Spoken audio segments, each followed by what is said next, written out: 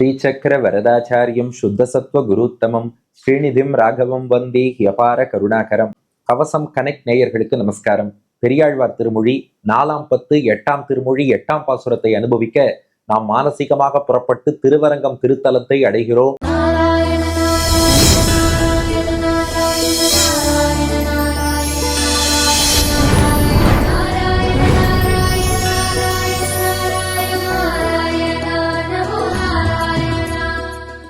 உபய காவிரி மத்தியிலே ஆச்சரியமாக பெரிய பெருமாள் ஆதிசேஷன் மீது பள்ளி கொண்டிருக்கிறார்.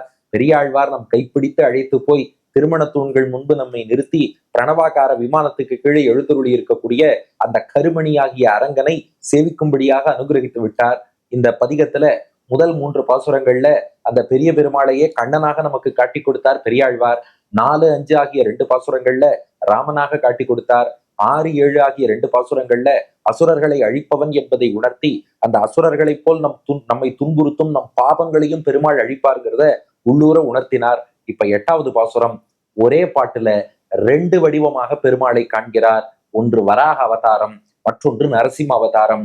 இதே திருவரங்கநாதனை வராகனாகவும் காணலாம், அதே அரங்கனை நரசிம்மனாகவும் காணலாம்.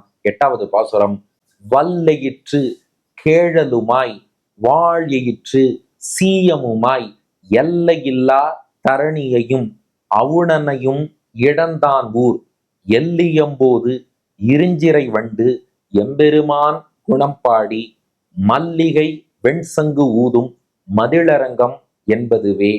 வல்லையிற்று கேழலுமாய் வாழையிற்று சீயமுமாய் எல்லையில்லா தரணியையும் அவுணனையும் இடந்தானூர் எல்லியம்போது இருஞ்சிறை வண்டு எம்பெருமான் குணம்பாடி மல்லிகை வெண்சங்கூதும் மதிளரங்கம் என்பதுவே. 2+2 ஃபார்முலா பாட்டின் முதல் பாதி வராகன் நரசிம்மன் 2 பேர் குணத்தையும் அரங்கன்ட்ட பார்க்கலாம். எப்படி? வல் எயிற்று கேழலுமாய், கேழல்னா பன்றின்னு அர்த்தம், எயிறுனா பல்லுன்னு அர்த்தம், வல்னா வலிமையானன்னு அர்த்தம். வல் எயிற்று வலிமையான பல் கொண்ட கேழலுமாய் பன்றி வடிவில் தோன்றிய வராகன். வராக பெருமாளுக்கு பல்லு ரொம்ப வலிமையா இருந்ததான். அடுத்து பாருங்கோ, வாழையிற்று சீயமுமாய், சிஎம்னா சிங்கம்னு அர்த்தம், சீஃப் மினிஸ்டர் இல்ல. இங்கிலீஷ் சிஎம்னா சீஃப் மினிஸ்டர், தமிழ்ல சிஎம்னா சிங்கம்னு அர்த்தம். எயிறுனா பல்லு, வாழ்னா அழகானன்னு அர்த்தம். வாழ் எயிற்று அழகான பல் கொண்ட சீயமுமாய் சிங்கமாய். ஏன்னா இதுக்கு மணவாள மாமுனிகள் வியாக்கியானம் பண்றார். வராக பெருமாளை வல் எயிறுன்னு குறிப்பிட்டார். வல்லையிற்று கிழலுமாய் வலிமையான பல்லோடு வந்தார்னு. ஏன்னா அவர் பல்லால தான் பூமியை இடந்தெடுத்து மேல கொண்டு வந்து நிலை நிறுத்தினார். பூமியையே சுமக்கக்கூடிய அளவுக்கு ஆற்றல் வேணும்னா அங்க பல்லு வலிமையா இருக்கணும். அதனால வல்லையிற்று கிழலா வந்தாராம். ஆனா நரசிம்ம அவதாரத்துல பாருங்க, அவர் நகங்களை தான் ஆயுதமா பயன்படுத்தினார், பல்ல ஆயுதமா பயன்படுத்தவே இல்லை. அவர் அழகிய சிங்கம் இல்லையோ, அதனால வாழ்னா அழகுன்னு அர்த்தம். அழகா இருக்கிற மாதிரி பல்லு வச்சுன்னு வந்துட்டாராம். பார்க்கிறவாளுக்கு அப்படியே நரசிம்மருடைய அந்த கோரை பல்லுன்னு பார்த்தா பார்க்கும் போதே அழகா தெரியணும். அதுக்காகவே அழகான பல்லோடு வந்தாராம். ஆக வராகன் பூமியை சுமப்பதற்கேற்ற வலிமை கொண்ட வல்லையிற்று கிழலா வந்தார். நரசிம்மன் எல்லோரையும் ஈர்க்கக்கூடிய அழகான பல்லோடு வாழையிற்று சீயமாக வந்தார். வல்லையிற்று கிழலுமாய் வாழையிற்று சீயமுமாய்.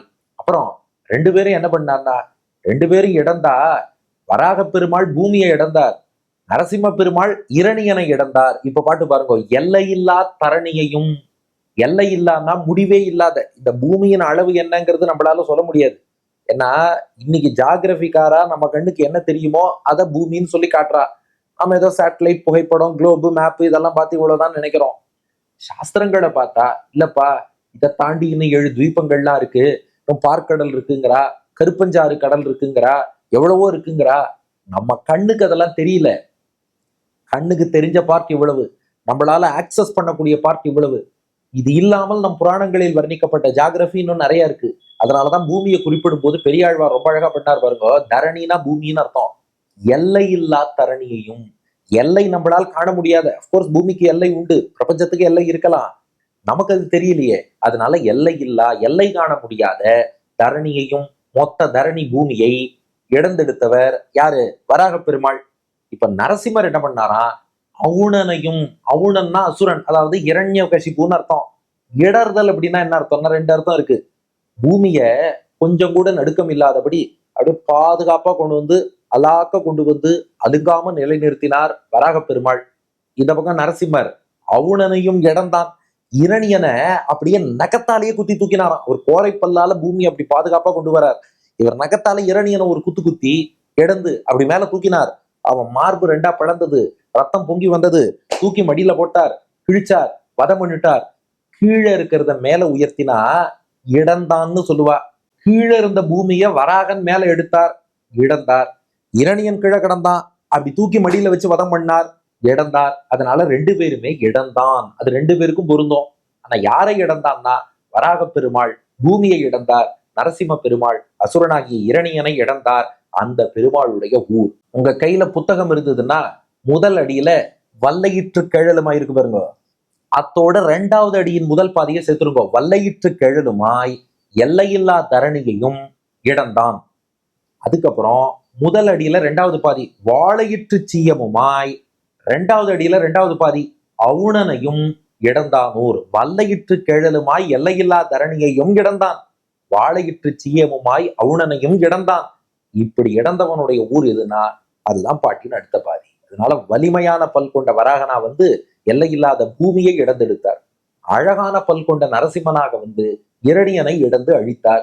அவர் இப்ப ஸ்ரீரங்கத்துல எழுந்தருளி இருக்கார். எப்பேற்பட்ட ஸ்ரீரங்கம்னா எல்லியம் போது இருஞ்சிறை வண்டு எம்பெருமான் குணம்பாடி. இந்த இடத்துல மணவாள மாமுடிகள் வியாக்கியானம், ஸ்ரீரங்கத்துல வண்டுகள் கூட பகவத் குணத்தை பாடுறது. ஏன்னா ஒரு திவ்ய தேசத்துல வசிச்சா அது அஞ்சறிவுள்ள ஜீவராசியா இருந்தாலும் தானா பக்தி வந்துருமா. அதுலயும் அந்த வண்டுகள் என்ன பண்ணுமா, அந்தந்த நேரத்துல பெருமாளுக்கு எந்த ராகம் பாடணுமோ அது பாடுமா. கார்த்தாலன்னா பூபால ராகம் பாடணுங்கிற பாருங்க. அது போல எல்லியம் போது, இந்த எல்லியம் போதுன்னா அந்தி பொழுது சந்தியா காலம்னு அர்த்தம். எல்லியம் போது அந்த சந்தியா கால வேளையிலே இரும் சிறை வண்டு. இந்த இடத்துல சிறைனா ஜெயில்னு அர்த்தம் இல்ல, சிறைனா சிறகுன்னு அர்த்தம். இரும்னா பெரியன்னு அர்த்தம். இரும் சிறை வண்டுனா பெரிய சிறகுகளை கொண்ட வண்டு. இதுக்கு வண்டோட சிறக வர்ணிக்கிறார்னா இதுக்கு மாமுனிகள் வியாக்கியானம் பாருங்க. ஒருத்தர் பெருமாளுடைய குணங்களை பாடுறாருன்னா அவருடைய ரூப குணங்களையும் ஆழ்வார்கள் வர்ணிச்சிருவாளாம். இந்த வண்டு என்ன பண்றதா, எம்பெருமான் குணம் பாடி ஸ்ரீரங்கத்துல உள்ள ரங்கநாதனுடைய பெருமையைத்தான் ரீங்காரமாக அது பாடிட்டு இருக்கு.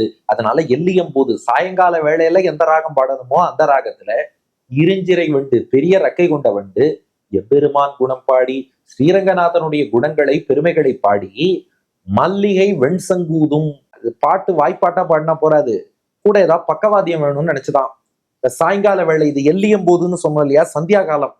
அப்பதான் அந்த மல்லிகை மொட்டு இருக்கு பாருங்க, அது அப்படியே மல்லிகையாக மலரக்கூடிய நேரம் எதுனா மாலை நேரம். இந்த வண்டி என்ன பண்ணித்தான் சங்கூதரேன்னு இதுக்குதான் தற்குறி பேற்றணின்னு பேரு. இயற்கையா நடக்கிற சம்பவத்துல கவிஞர் கொஞ்சம் தன்னுடைய கருத்தை, தன் கற்பனைய சேர்த்து சொல்றது. சாயங்கால நேரத்துல அந்த மல்லிகை மொட்டை சுத்தி வண்டுகள் ரீங்காரம் பண்ணும். அதே சமயம் மல்லிகையும் மலரும். அத பெரியாழ்வார் எப்படி பாக்குறாருன்னா, வண்டு மல்லிகை மொட்டு இருக்கும் இல்லையோ, அது சங்கு மாதிரி இருந்துதான். பாட்டுக்கு பக்கவாத்தியம் வேணும்னு மல்லிகை மொட்டாகிய சங்க வண்டு ஊதித்தான். ஊதினதும் அந்த சங்கு மலர்ந்துருத்து, அதுதான் மல்லிகை பூவாக மலர்ந்தது. இப்ப பாட்டு பாருங்க, மல்லிகை மல்லிகை பூ என்கிற வெண் சங்கு, சங்கும் வெளுப்பாதான் இருக்கும், மல்லிகை பூ முட்டும் வெளுப்பாதான் இருக்கும், கிட்டத்தட்ட சங்கு வடிவிலேயே இருக்கும். ஊதும், அதை போய் ஊதினதும் சாயங்காலம் மல்லிகை மலர்ந்துருத்து.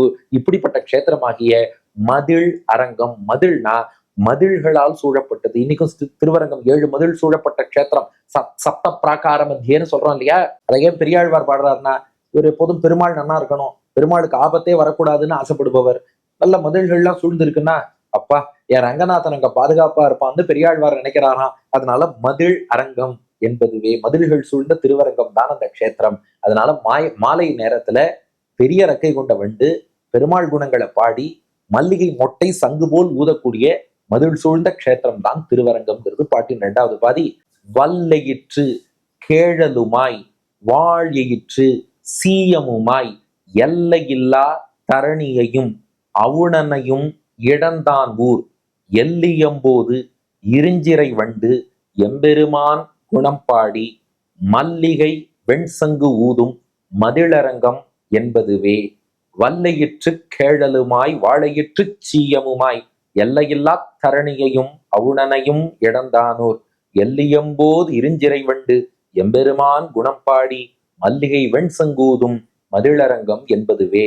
வலிமையான பல் கொண்ட பன்றியாகவும் அழகான பல் கொண்ட சிங்கமாகவும் எல்லையில்லாத பூமியையும் அசுரனாகிய இரணியனையும் இடந்த எம்பெருமானுடைய ஊர் எங்கன்னா மாலை நேரத்துல வண்டுகள், பெரிய ரக்கை கொண்ட வண்டுகள் எம்பெருமான் குணத்தை பாடி மல்லிகை பூ மொட்டையே சங்காக கருதி ஊதக்கூடிய மதில் சூழ்ந்த திருவரங்க கஷேத்திரம்.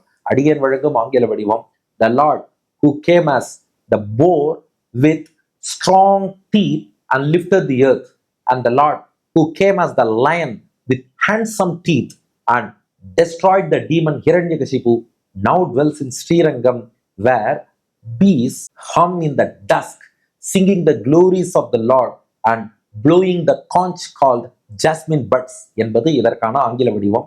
இனி இதற்கு அடுத்த பாசுரத்துல பெருமாளை எப்படி பெரியாழ்வார் ரசிக்க போறாருங்கிறத அடுத்த பகுதியில் காண்போம். பெரியாழ்வார் திருவடிகளே சரணம்.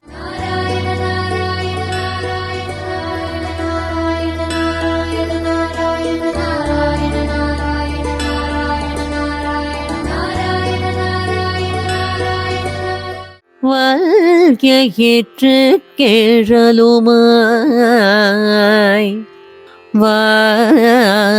வாழ்க்கையேற்று சீயமுமாய் எல்லையில்லா தரணியையும் அவுணனையும் இடல்தான் ஊர் எல்லியம் போதிரோம் சிறை வண்டு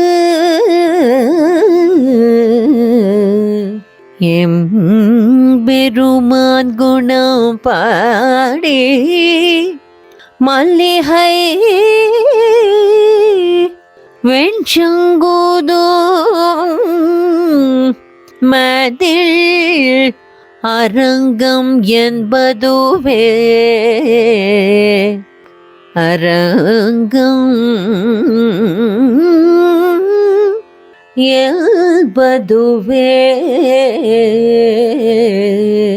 ஏ